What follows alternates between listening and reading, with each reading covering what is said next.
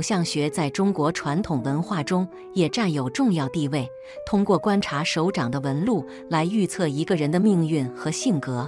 以下是与手相相关的一些俗语和解释：一、女字纹，犹如抽象的女字，有的正字，有的斜字，较难辨别。不论男女出现女字纹，一生不为钱财犯愁，其部位一般在掌心或者手指指根居多。二、田字纹，手相中田字纹犹如田字形状，是一财富符号。此纹在手，一生不愁吃喝穿，并且有豪宅之象。如果明堂位置出现这种田字纹，则富贵有望，一生钱财不断。三、米字纹，米字纹又称为金钱纹，形似米字，代表有着不错的偏财运，容易获得横财、外财或意外之财。四、元宝纹，玉柱线与智慧线和生命线构成一个元宝纹，注定一生钱财不断，富贵有望。以上4个吉祥符号，手中出现一个，不受穷；同时出现2个，小富；出现3个为中富；出现4个，富贵双全。手相符号千姿百态，各有特色，吉利之符号锦上添花。好的纹理和符号相互配合，方可富贵有福，一生不为钱财而犯愁。二、富贵纹增寿纹。一、增寿纹指的是一条从手掌底部斜穿到手腕的纹路，代表着长寿和健康。与此相应的是，这种人往往具备着独立、坚强、健康的特点，同时也具备着精力充沛的活力。二、增寿纹不仅仅是富贵纹中最为重要的一种，同时也是富贵纹中最容易出现的一种，尤其是在中年以后，无论男女，这种纹路都会出现在手掌之中。三、增寿纹的出现，意味着这种人具备良好的基础，拥有良好的健康素质和精神素质，同时也说明了这种人注重自我调节，具备了良好的生活习惯。三、富贵纹阳纹。一、阳纹是富贵纹中的第2大类，代表着男性的力量和阳刚特质，具体表现在手相纹路上，是手掌那一条从食指到小指的线路。如果这条线路特别明显、直而长，那么就会被认为是阳纹。二、阳纹也是珍贵的富贵纹之一，它能够毁掉一切的灾难，保佑人在事业上获得成功，财富滚滚而来。三、阳纹的人通常是个性较强、思想独立、处事果决的男性形象，在人际交往中，他们善于处理关系，能够赢得朋友的信任和尊重。他们具有良好的人生观和价值观，能够意识到自己的责任、义务和使命。四、富贵纹阴纹。一、阴纹是富贵纹中的另一类，反映的是女性的柔美和阴柔特质。和阳纹不同的是，阴纹则是手掌中那一条从大拇指到小拇指的线路。二、阴纹也是吉祥之兆，能够代表着财源滚滚、吉祥如意，同时这条纹路也能够反映这种人具备的柔情和慈悲之心，表现出温柔、贤淑、善良的女性形象。三、阴纹的女性善于处事，有一定的领导才能，同时她们的内心理性不轻易动摇，她们的人生追求高于物质，热爱自由，追求理想。五、富贵纹十字纹。一、十字纹代表着天赋异禀和伟大的天命，具体表现在手相纹路上，是手掌底部交叉的2条纹路。这种手相富贵纹路给人的印象是有神秘气息和灵性感觉。二、男女都有可能拥有十字纹，但是出现频率较低。这种纹路出现在手相之中，代表着雅致、智慧、伟大、神秘4种元素的完美结合。同时，它还可以使人降低命运的波动，以保障更好的命运。三、十字纹的人通常具有较高的慧根，有着独特的精神境界，他们信仰坚定，有强大的学习能力，能够获得天赋性的天才。另外，这种人还特别幸运，具备顺势而为的能力。六、富贵纹大海韩纹。一、大海韩文是富贵文中的一个罕见种类，它代表着家族财富或更高级别的社会地位。在手相纹路上，这种手相富贵纹路像一片宽、深、开阔的海洋，其部位为手掌的正位置。二、这种纹路的出现，意味着这种人在家族和社会中具备着极高的待遇和钦佩，同时，这也意味着他们的财富将会源源不断地产生，并且代代相传。三、大海韩文的人通常具有远大的目光和魄力，极具领袖气质。他们勇于创新，有着非凡的理财能力和商业头脑，同时他们还十分注重内外兼修，具备了沉静、幽默而又坚韧的定力。七、富贵纹复现。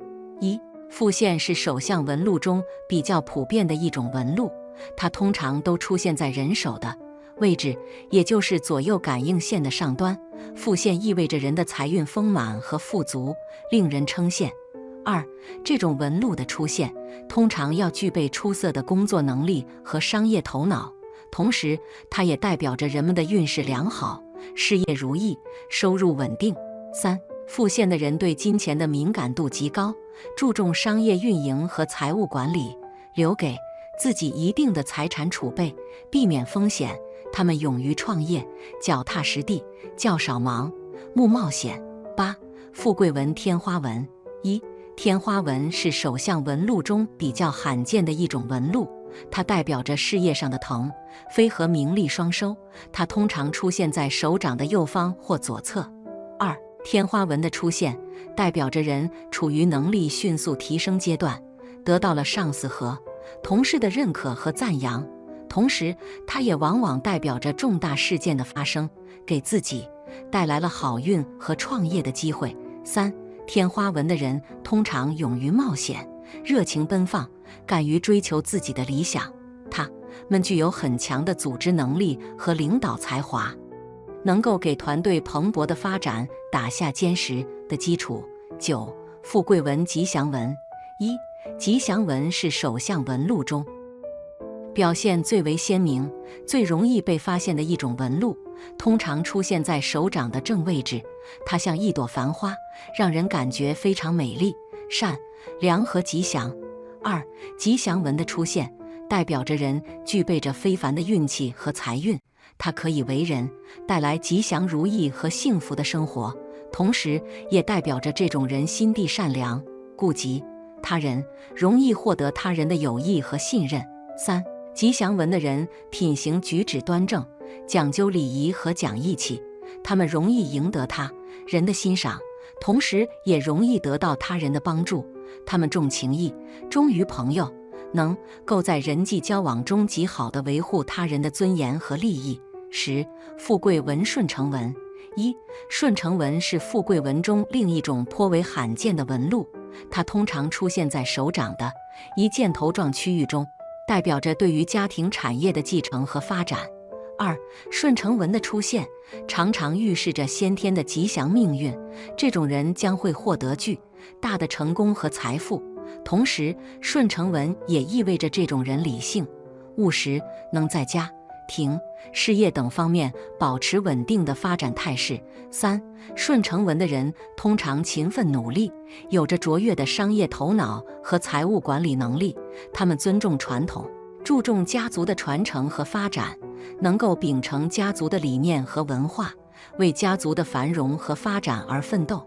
11、综上所述，各种富贵纹路的出现代表着不同的财富形式和财富渠道，但无论是哪种富贵纹路出现，我们都要理性对待，不盲目追求富贵而丢失自我。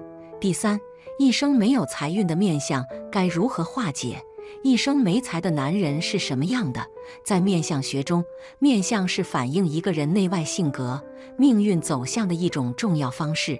面相八字、五行、阴阳、气质，因此只要仔细分析自己的面相，就能够了解自己的命运和性格。但是不幸的是，有些人的面相会影响他们的财运，在很长一段时间内都是没有财运的。本篇文章将以一生没有财运的面相该如何化解，一生没财的男人是什么样的为中心，分析面相学如何帮助化解。一、面相如何影响财运？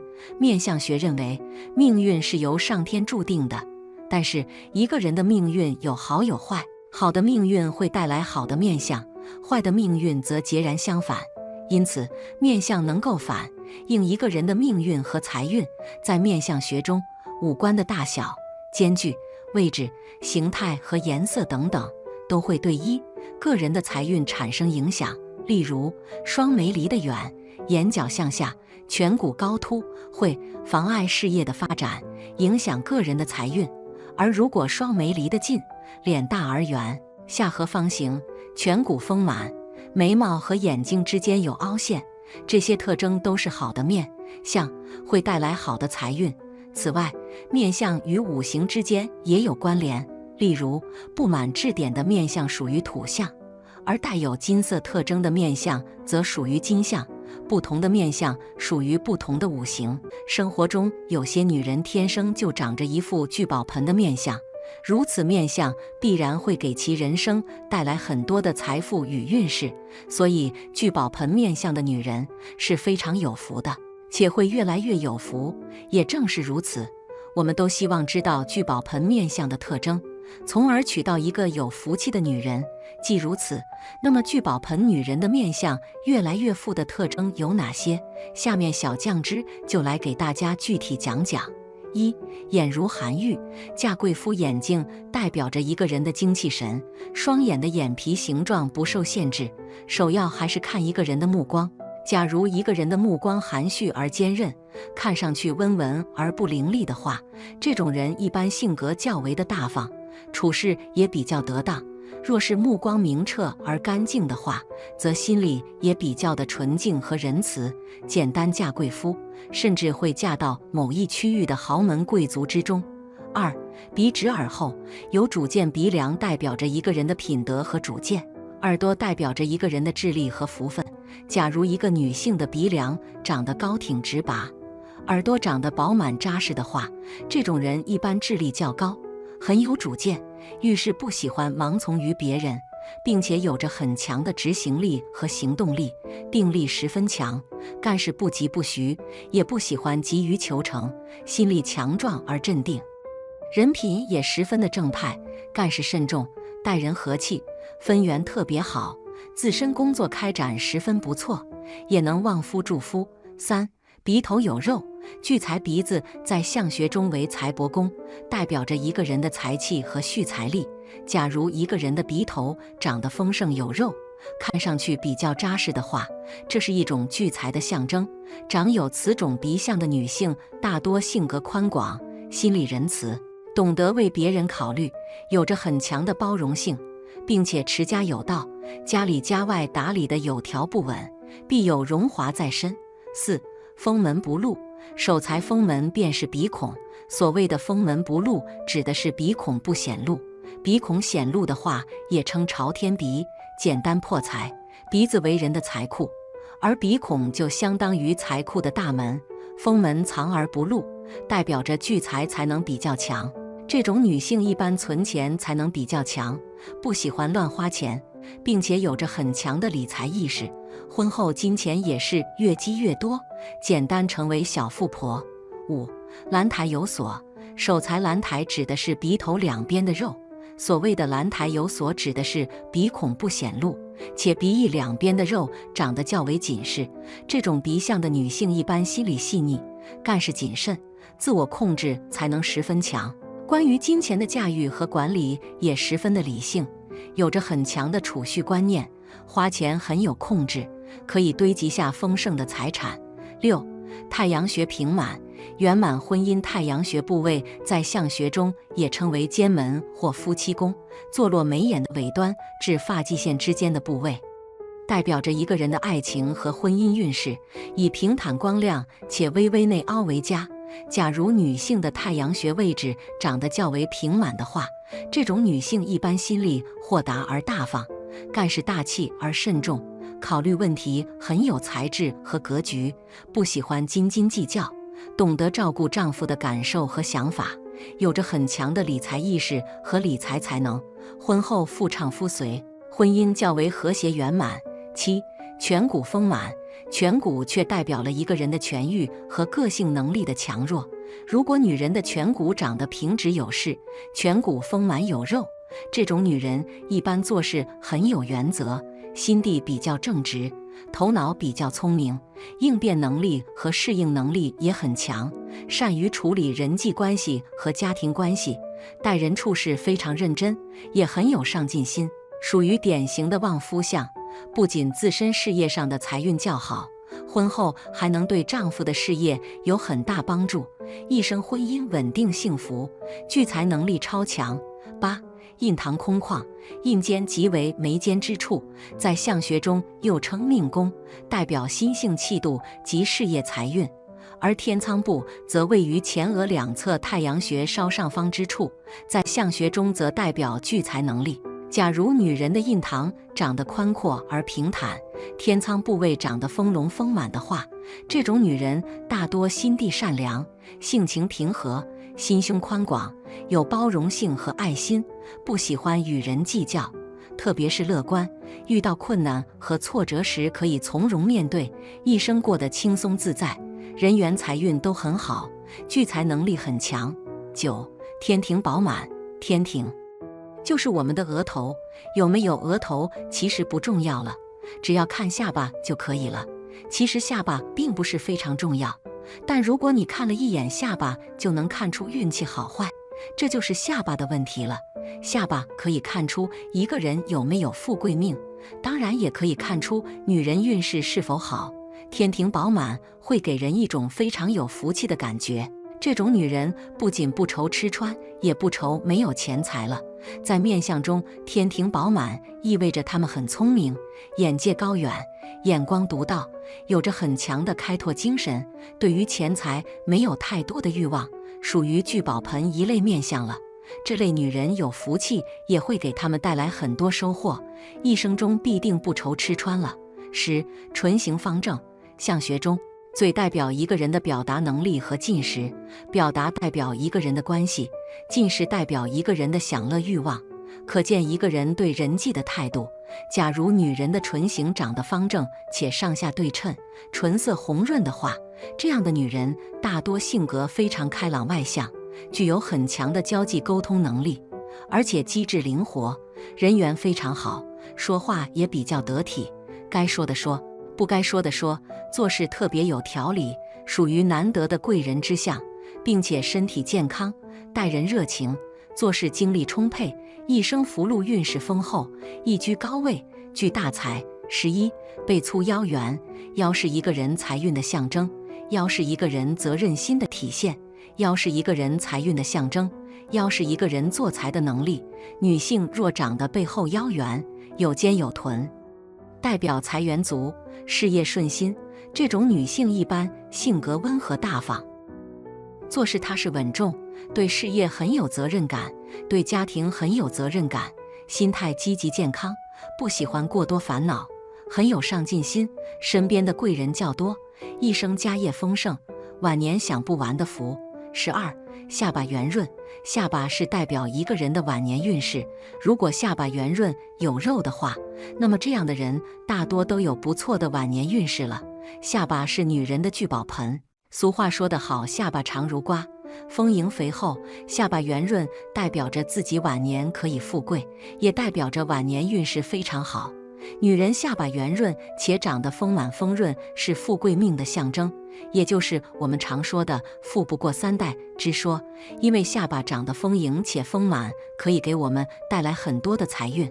除此之外，若是一个人下巴圆润且不干瘪，并且下巴不长歪，则是比较健康的下巴，也就是常说着说的地格方圆。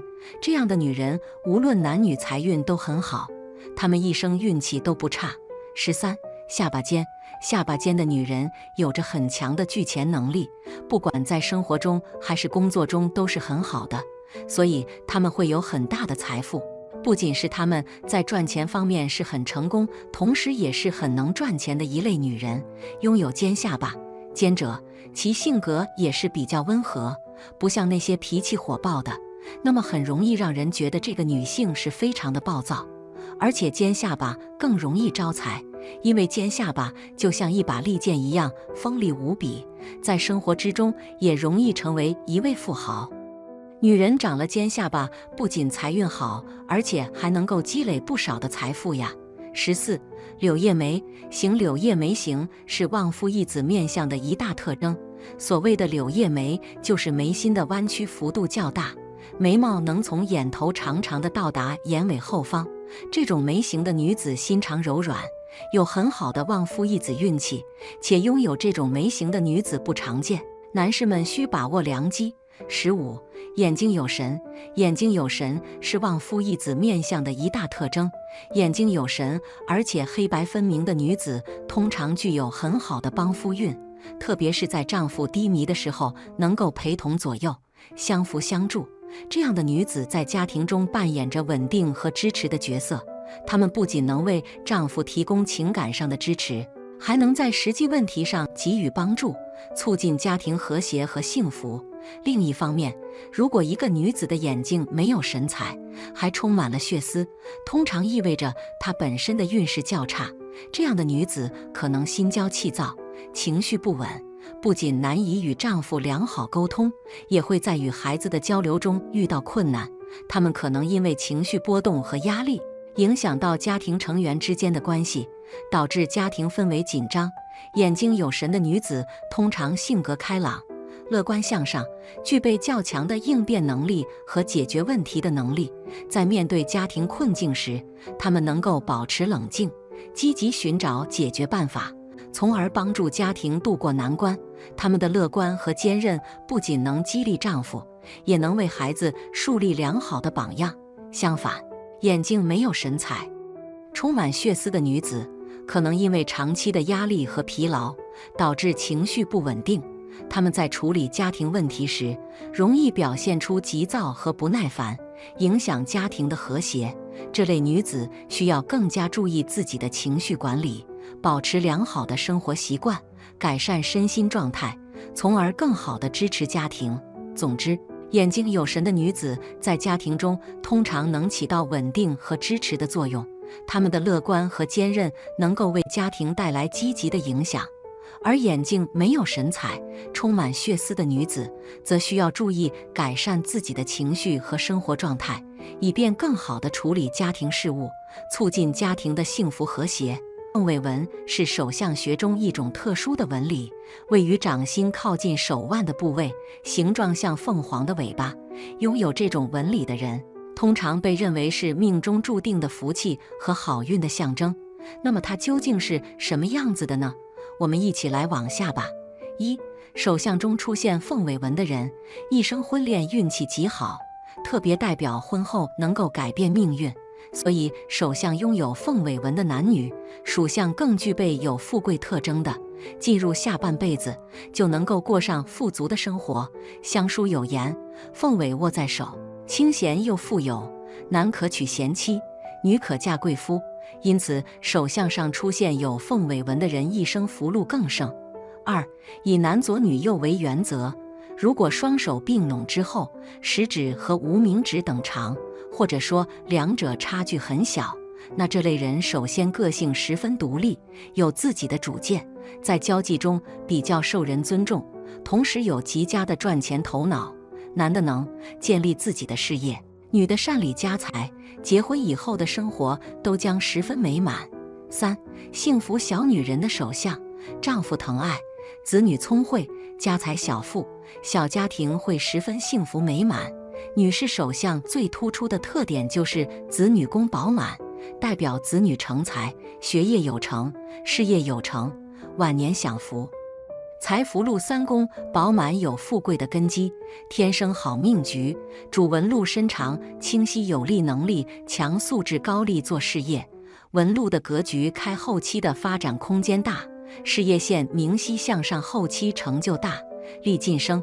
两类不论哪类行业发展，都是可以事业有成的，并且事业财运都非常旺，这是一个旺夫旺子旺家的女人。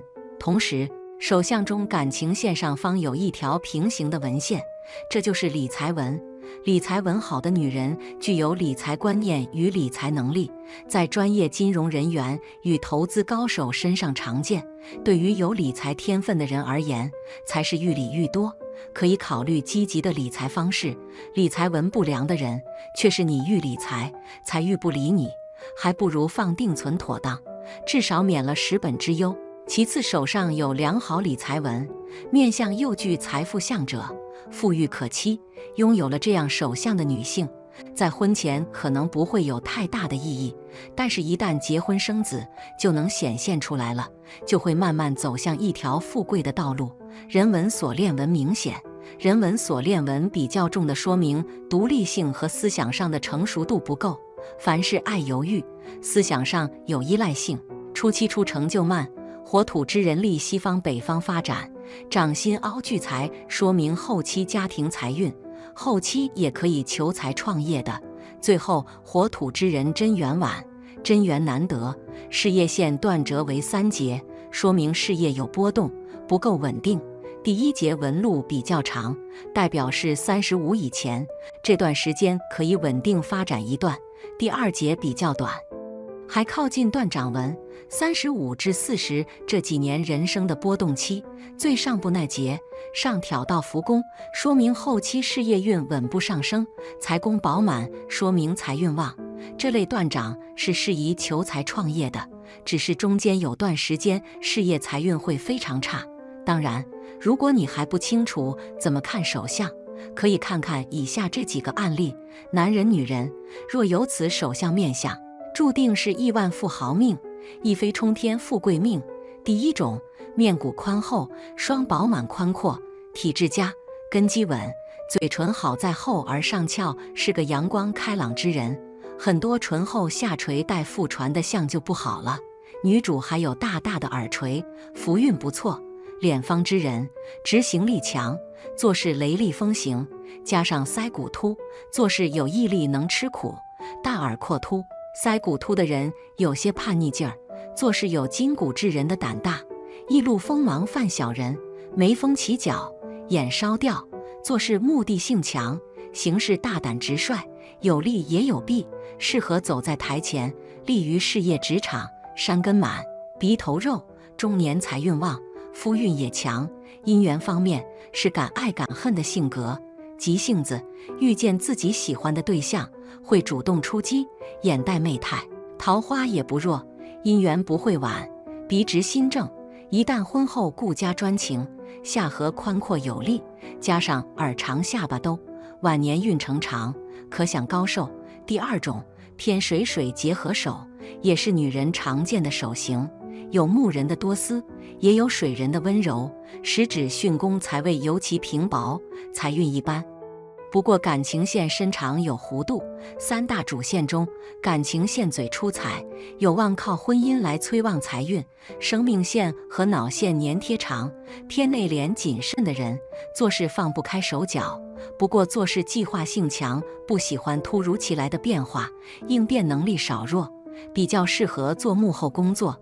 婚后也适合操持家庭和孩子，因为生命线本身偏弱，体质一般，不适合在外闯荡。脑线也不强，独立能力稍弱。金星丘代表体质和根基，此处见智，就像面相中额见智一样，说祖业难靠。从生命线初期锁链也看出，出身家庭环境一般。下垂的脑线也说明是个偏悲观多思的人，注意增强体质，提升自信，运势才会好在。第3种，有点日系风的美女，卡哇伊的气质，面骨圆润，五官饱满，福运深厚，额高圆，早年父母关爱有加，耳高上提，聪明有灵气，早运不错。眉稍浅，和兄弟姊妹缘分浅，眉薄之人情缘也薄，正缘难寻，加上面容姣好，卧蚕丰满，异性桃花旺，偏缘干扰多。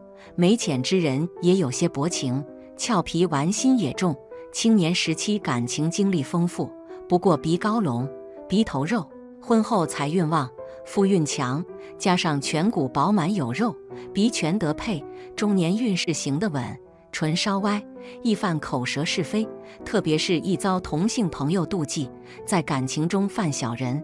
矫情文也提示，即使婚后，也不乏烂桃花干扰，一生桃花旺，婚姻想要稳定比较难，人中歪邪。子嗣不丰，加上奴仆宫凹陷，晚年易孤苦。第4种，长后直满。典型的土长，土人勤劳踏实，稳重顾家，三宫饱满，福运深厚。纹路看是典型的川长，川长是脑线和生命线初期分离。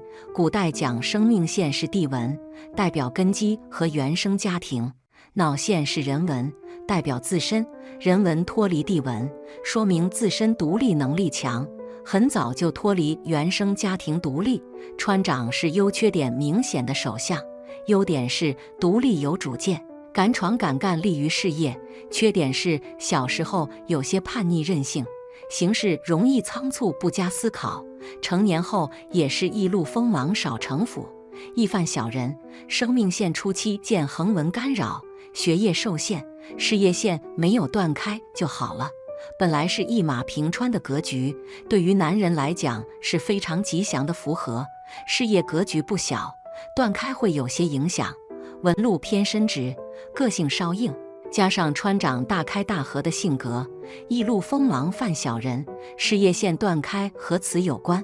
太阳线分叉也说明这点。第5种，额高稍窄，人是聪明人，但个性偏敏感。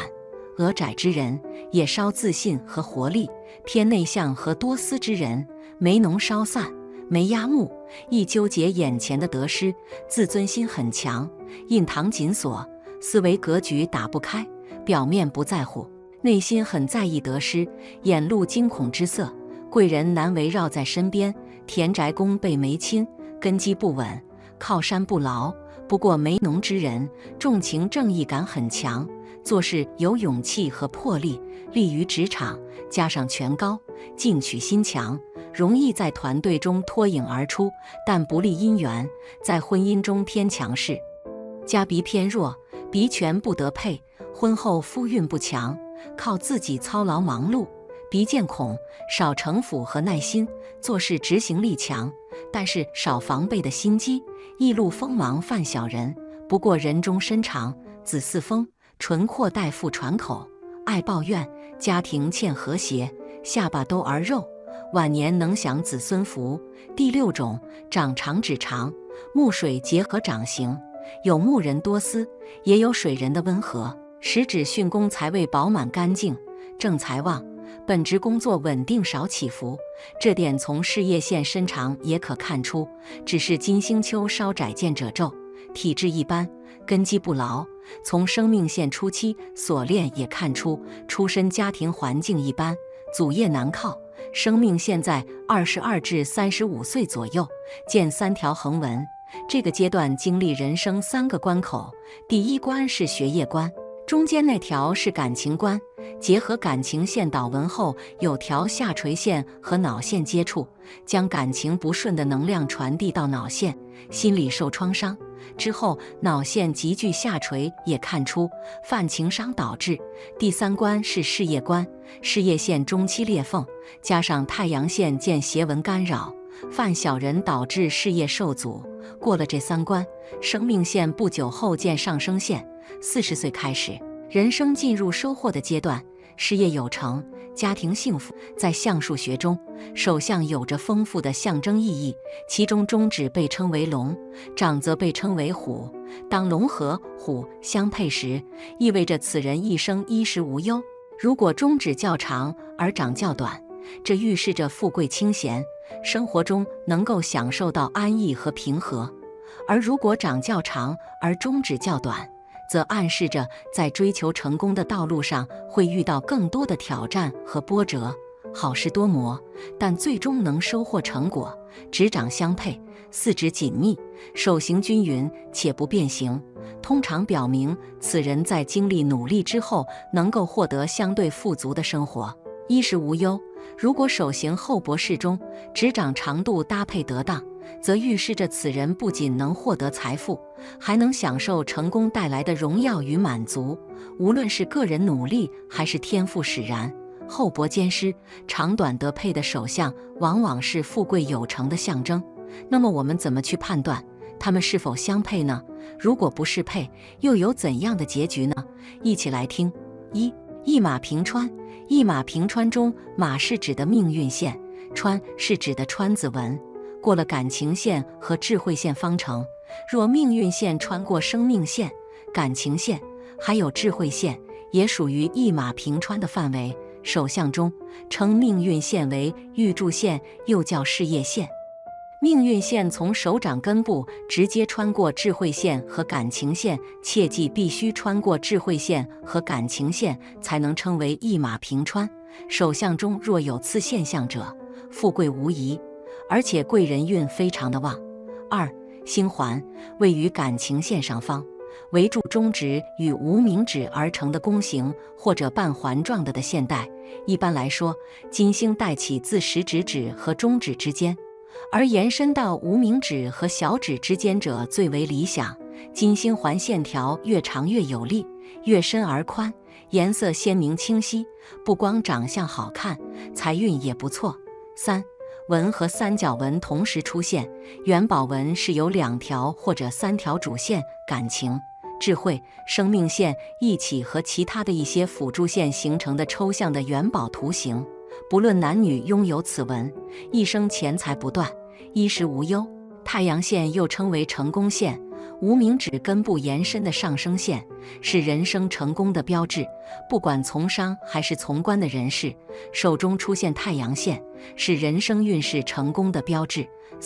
钱财纹。钱财纹顾名思义，就是掌管一个人钱财运的纹路。钱财纹一般位于无名指与小指下面的位置。如果一个人的手掌心钱财纹多，则代表其容易获得钱财，这种人一般有好工作，事业上一般不会有阻碍，收入很丰厚，生活中是比较富足之人。夫眼。夫子眼代表非常聪明，有较强的管理能力。从古至今，一直有夫子眼者，必定是文曲星下凡，再不济的也是能舞文弄墨、文采斐然的才子佳人的说法。有些普通人也可通过后天的努力变得很聪明。案例分享：男人手上经线一马平川，注定是亿万富豪命，一飞冲天富贵命。第一个，面骨宽厚，双饱满宽阔，体质佳，根基稳，嘴唇好在厚而上翘，是个阳光开朗之人。很多唇厚下垂带腹传的相就不好了。女主还有大大的耳垂，福运不错。脸方之人，执行力强，做事雷厉风行，加上腮骨凸，做事有毅力，能吃苦。但耳廓凸、腮骨凸的人有些叛逆劲儿，做事有筋骨治人的胆大，易怒锋芒犯小人，眉峰起角，眼烧掉，做事目的性强，行事大胆直率，有利也有弊，适合走在台前，利于事业职场。山根满，鼻头肉，中年财运旺，夫运也强。姻缘方面是敢爱敢恨的性格，急性子，遇见自己喜欢的对象会主动出击，眼带媚态，桃花也不弱，姻缘不会晚。鼻直心正，一旦婚后顾家专情，下颌宽阔有力，加上耳长下巴兜，晚年运程长，可享高寿。第二个，天水水结合手，也是女人常见的手型，有木人的多思，也有水人的温柔，十指巽宫，财位尤其平薄，财运一般。不过感情线身长有弧度，三大主线中，感情线最出彩，有望靠婚姻来催旺财运。生命线和脑线粘贴长，偏内敛谨慎的人，做事放不开手脚，不过做事计划性强，不喜欢突如其来的变化，应变能力少弱，比较适合做幕后工作。婚后也适合操持家庭和孩子，因为生命线本身偏弱，体质一般，不适合在外闯荡。脑线也不强，独立能力稍弱。金星丘代表体质和根基，此处见智，就像面相中额见智一样，说祖业难靠。从生命线初期所练也看出，出身家庭环境一般。下垂的脑线也说明是个偏悲观多思的人，注意增强体质，提升自信，运势才会好在。第3个，有点日系风的美女，卡哇伊的气质，面骨圆润，五官饱满，福运深厚，额高圆，早年父母关爱有加，耳高上提，聪明有灵气，早运不错，眉稍浅，和兄弟姊妹缘分浅，眉薄之人情缘也薄，正缘难寻，加上面容姣好，卧蚕丰满，异性桃花旺，偏缘干扰多，眉浅之人也有些薄情，俏皮玩心也重，青年时期感情经历丰富，不过鼻高隆，鼻头肉，婚后财运旺，夫运强，加上颧骨饱满有肉，鼻全的配，中年运势行得稳，唇稍歪，易犯口舌是非，特别是易遭同性朋友妒忌，在感情中犯小人。矫情文也提示，即使婚后，也不乏烂桃花干扰，一生桃花旺，婚姻想要稳定比较难，人中歪斜，子嗣不丰，加上奴仆宫凹陷，晚年易孤苦。第4个，长后直满，典型的土长，土人勤劳踏实，稳重顾家，三宫饱满，福运深厚，纹路看是典型的穿长，穿长是脑线和生命线初期分离。古代讲生命线是地纹，代表根基和原生家庭；脑线是人纹，代表自身。人纹脱离地纹，说明自身独立能力强，很早就脱离原生家庭独立。穿长是优缺点明显的手相，优点是独立有主见，敢闯敢干，利于事业；缺点是小时候有些叛逆任性，行事容易仓促不加思考，成年后也是易路锋芒少城府，易犯小人。生命线初期见横纹干扰，学业受限，事业线没有断开就好了。本来是一马平川的格局，对于男人来讲是非常吉祥的符合。事业格局不小，断开会有些影响。纹路偏深直，个性稍硬，加上穿长大开大合的性格，易路锋芒犯小人。事业线断开和此有关，太阳线分叉也说明这点。第5个，额高稍窄，人是聪明人，但个性偏敏感，额窄之人也稍自信和活力，偏内向和多思之人，眉浓稍散，眉压目，易纠结眼前的得失，自尊心很强，印堂紧锁，思维格局打不开，表面不在乎，内心很在意得失，眼露惊恐之色，贵人难围绕在身边，田宅宫被眉侵，根基不稳，靠山不牢。不过眉浓之人重情正义感很强，做事有勇气和魄力，利于职场，加上权高，进取心强，容易在团队中脱颖而出，但不利姻缘。在婚姻中偏强势，家鼻偏弱，鼻权不得配，婚后夫运不强，靠自己操劳忙碌，鼻见孔，少城府和耐心，做事执行力强，但是少防备的心机，易路锋芒犯小人。不过人中身长，子嗣丰，唇阔带腹喘口，爱抱怨，家庭欠和谐，下巴兜儿肉，晚年能享子孙福。第6个，长长指长，木水结合长形，有木人多思，也有水人的温和，食指巽宫财位饱满干净，正财旺，本职工作稳定少起伏，这点从事业线身长也可看出，只是金星丘稍窄见褶皱，体质一般，根基不牢。从生命线初期锁链也看出，出身家庭环境一般，祖业难靠。生命线在22至35岁左右，见3条横纹。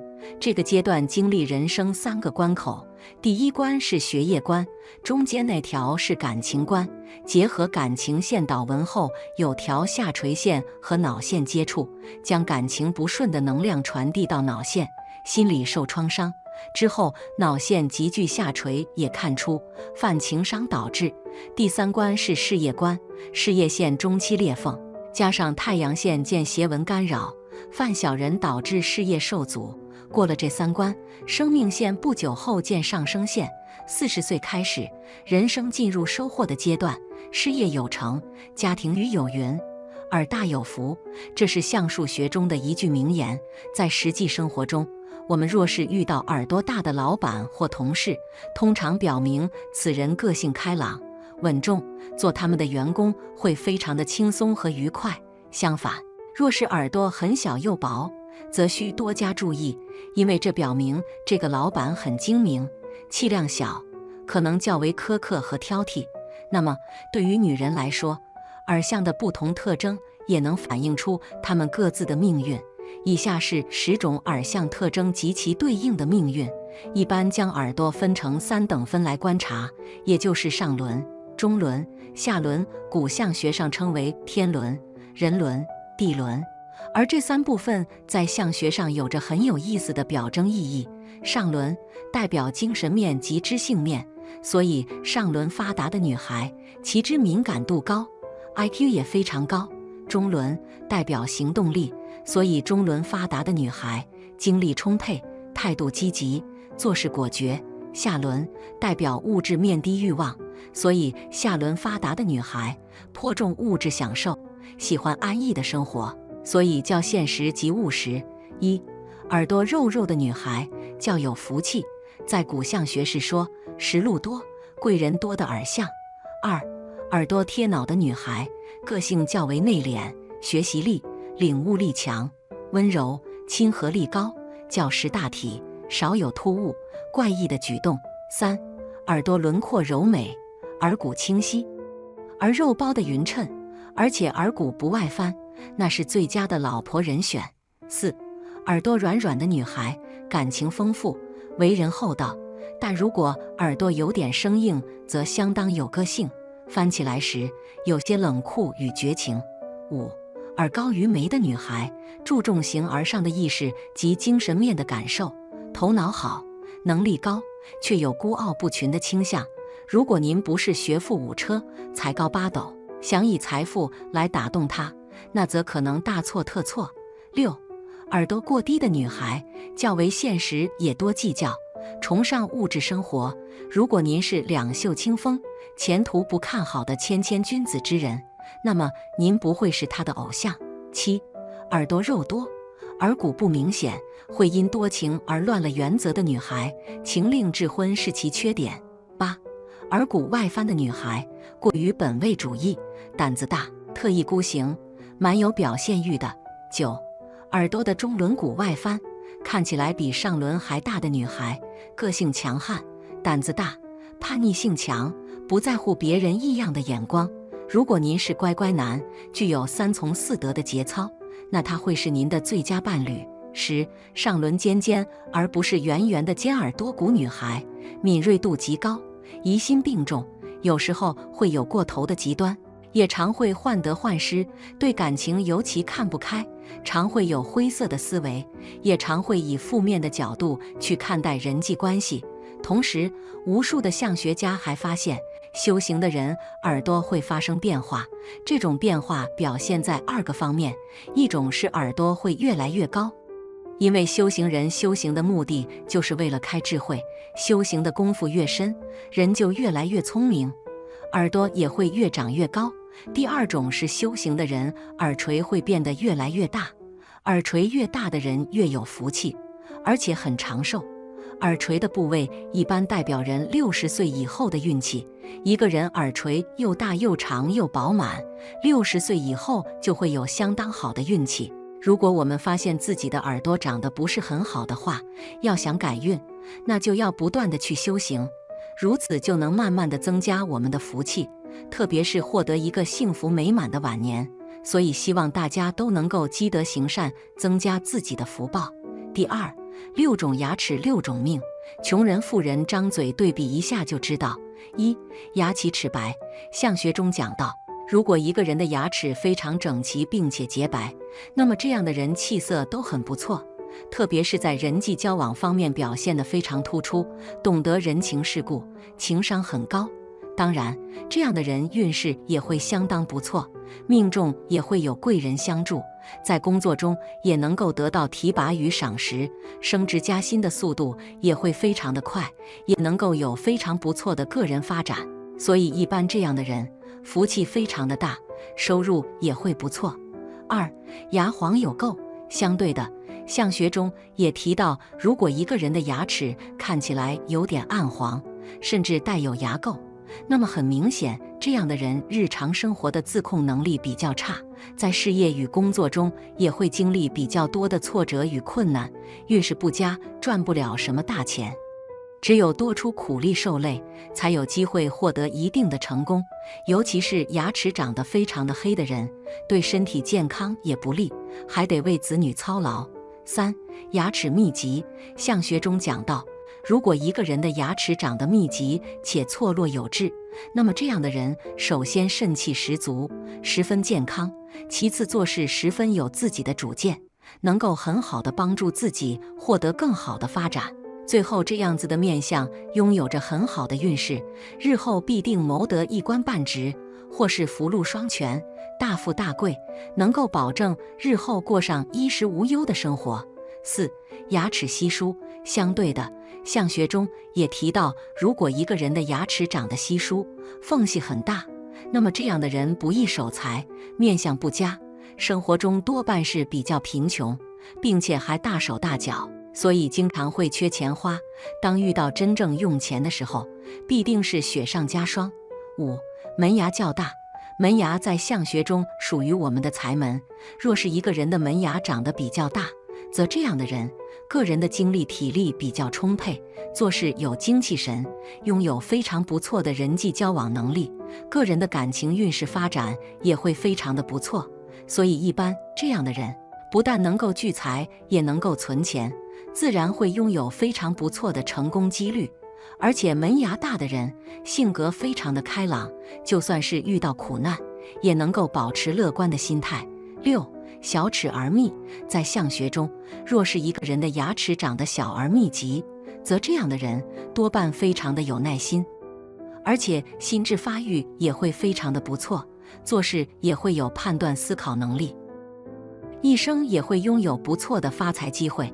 但是牙齿短不到半公分，而且又有很多蛀牙的人，代表他的消化能力也较弱，身体不够好，也影响到思考力，则他们智力和体力都嫌不够，所以一生当中与福、禄、寿的缘分也几乎都不足。第3，千金脚，富贵命。快看你有没有这种脚相。子有云：千里之行，始于足下。人生在世，为的就是能够成为一个顶天立地之人，而立地指的就是双脚好好站立的意思。所以在相学中，双脚在一定意义上也能代表一个人的财富和运势。你是否好奇你的脚会是所谓的千金脚吗？今天我最后来给大家分享下哪几种脚相的人富贵好命吧。1. 大脚趾最长。一个人的脚要想代表富贵，首先脚趾就应该有长有短，并且形状端正。如果大脚趾明显最长的话，这类人大多性格稳重，做事有规划，踏实肯干，有着绝佳的财运。同时，由于他们都能靠自己的努力打拼家业，所以通常能积累不小的家财，从而在年老时会享有后福。2. 二脚趾最长。二脚趾最长的脚型也被称作希腊脚，有这样脚型的人极易出俊男美女，因为他们大多四肢修长，骨骼明显，身形漂亮。同时，这类人生来就吉人自有天相，一生顺利，无忧无虑。他们虽然不是大富大贵之命，但好在平日工作稳定，一生会有不错的经济来源，可衣食无忧。3. 脚底凹陷。相学中有句话：脚下容龟，腹甲一方，意思是脚底有凹陷，并且凹陷的程度能够容纳一只乌龟大小的话，这样的人不论男女，身体都十分健康，精力旺盛，同时他们的财运也旺，生活富足，一生安逸享受，往往都是非富即贵之人。特别是女性脚底深陷的话，还会有不错的姻缘，通常能够嫁个富贵老公。4. 脚底有纹。和手纹不同，脚底有纹是吉象，所以足部纹路多最好。一个人的脚下有十字纹、龟纹、人形纹，或是有很多直纹的话，就是所谓的贵人脚。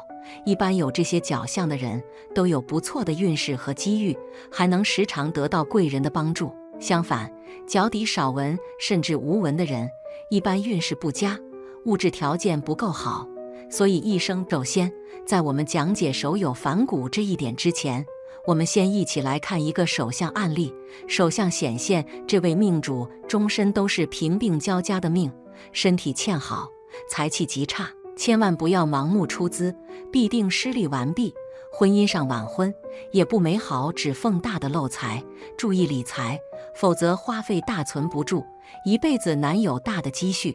手上杂纹多，说明心事重，烦心事多，也主初期有些波折起伏。30岁前发展不够理想，主纹路深长，清晰有力，能力强，素质高，力做事业。后期得运了，事业不错的，纹路的格局开，后期的发展空间大，力晋升。情线受伤，情缘波折，易犯情伤。手指有漏财，为人小败家，这个倒是问题不大，小小伤财而已。最注意的是3线纹浅，根基不稳，小指弯曲无形，一般都缺少福气。还有手掌多青黑色，手色暗沉，一生劳碌奔波，虚名虚利较多，始终不能稳财稳运。何况还有诸多不好的手相情况出现，同时作用，注定今生多辛酸，难以安宁度日。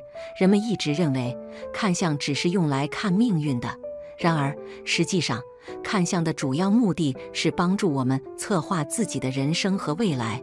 通过提前了解自己的运气走势，我们可以做好相应的预防和准备，从而更好地应对人生中的各种挑战和机遇。人生如花，花无百日红，人无千日好。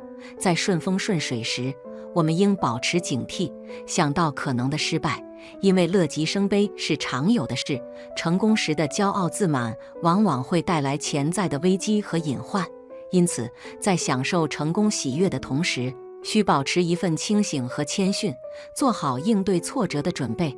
同样的，在遭遇失败和挫折时，我们不应灰心丧气，而是要想着如何改进和提升自己。失败是成长和学习的机会，只有在困境中坚强面对，积极寻找解决之道，才能走出低谷，迎来新的机遇和希望。遇到挫折时，更需要有勇气去面对，接受挑战，韬光养晦，静待时机，在逆境中积蓄力量，提升自我。一旦时机成熟，就能一举翻身，实现自己的目标。因此，看相的意义远不只是预测命运，它更是一种人生规划和自我管理的工具。通过看相，我们可以提前了解自己的运势，从而在关键时刻做出明智的决策，预先知道哪些方面可能出现问题，提前做好预防措施，可以有效地避开人生中的不必要挫折，减少走弯路的几率，使人生更加顺利和成功。第二，面相分析，你是富贵命、劳碌命还是享福命？一眼便能看穿一个人能不能发家，除看本身的基础能力及后天努力外，自身的运势是否好也很重要。具有好的运势，即便先天条件差一点，只要把握住，愿意尽力，一样能收获到很好的结果。但如果没有好的运势，前提再好也会舍本逐末。相学讲究由内而外的观测，正所谓相由心生，尤其是相学里的手相学博大精深。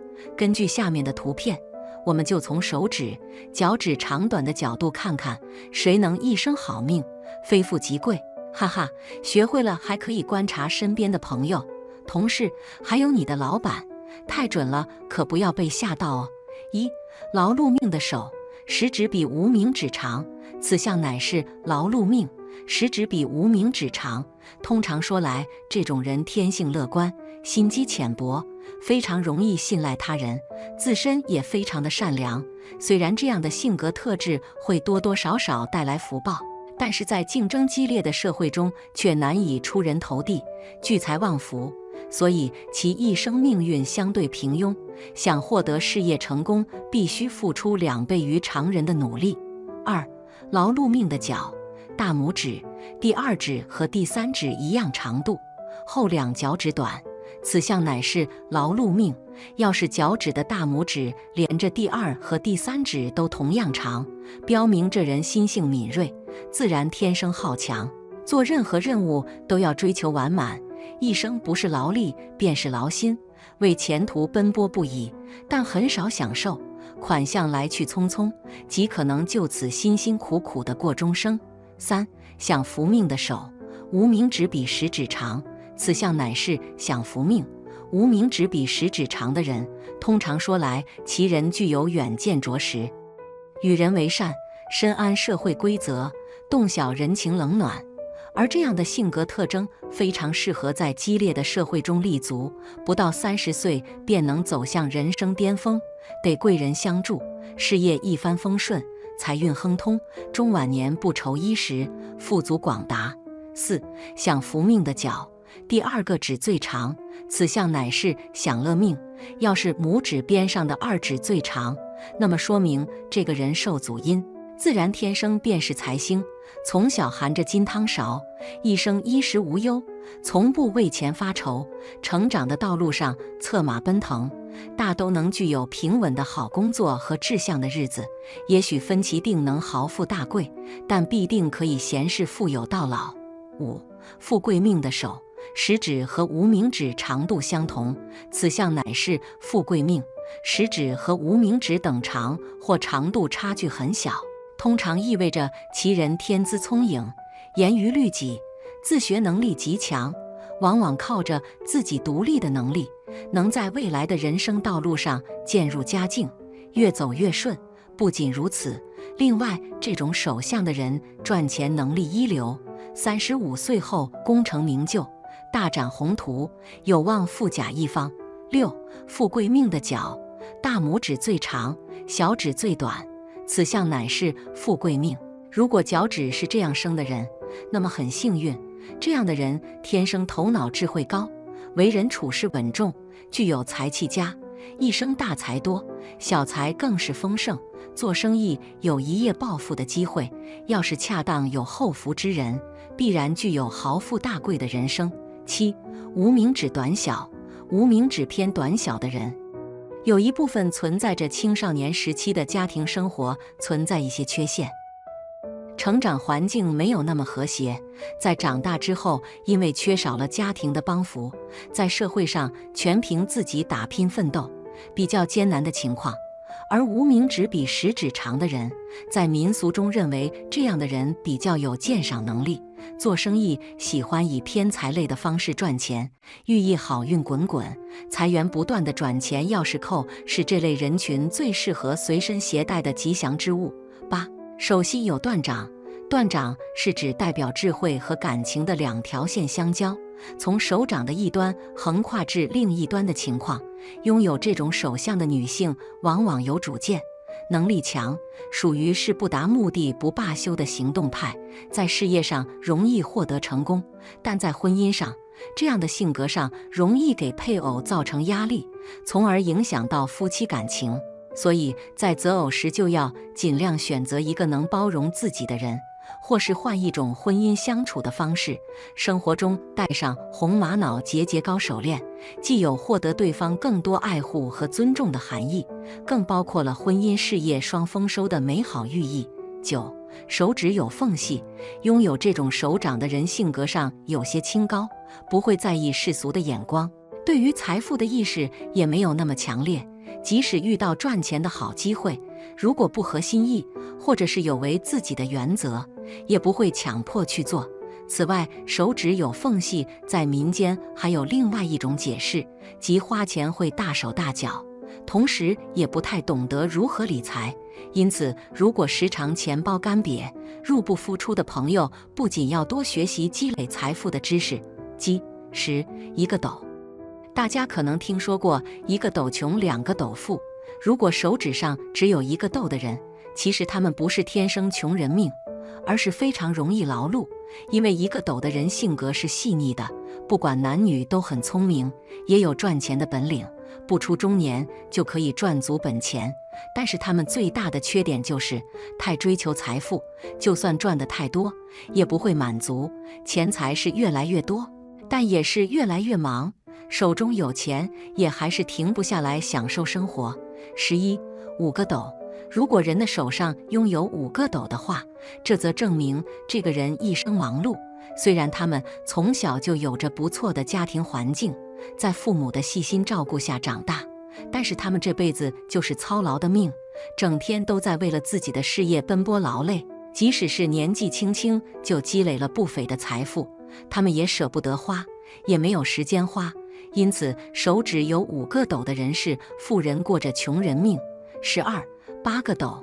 手指上8个斗的人气质出众，处事井井头，他们做事考虑周全，而且好胜心比较强，但是常常容易一根筋，一条路走到黑，因此就有可能导致事业上出现不稳定的情形，影响了自身的发展。有时候虽然赚钱比较多，但是漏财也依然存在，总是为了生活而不断奔波，即使到了老年，也会为子女的将来考虑，劳心费神是必然的事。好了，今天的分享到这里就结束了，希望大家能够喜欢，记得给小酱汁点点关注和小铃铛。小酱汁会继续给大家分享更多有趣的命理内容，我们下期再见。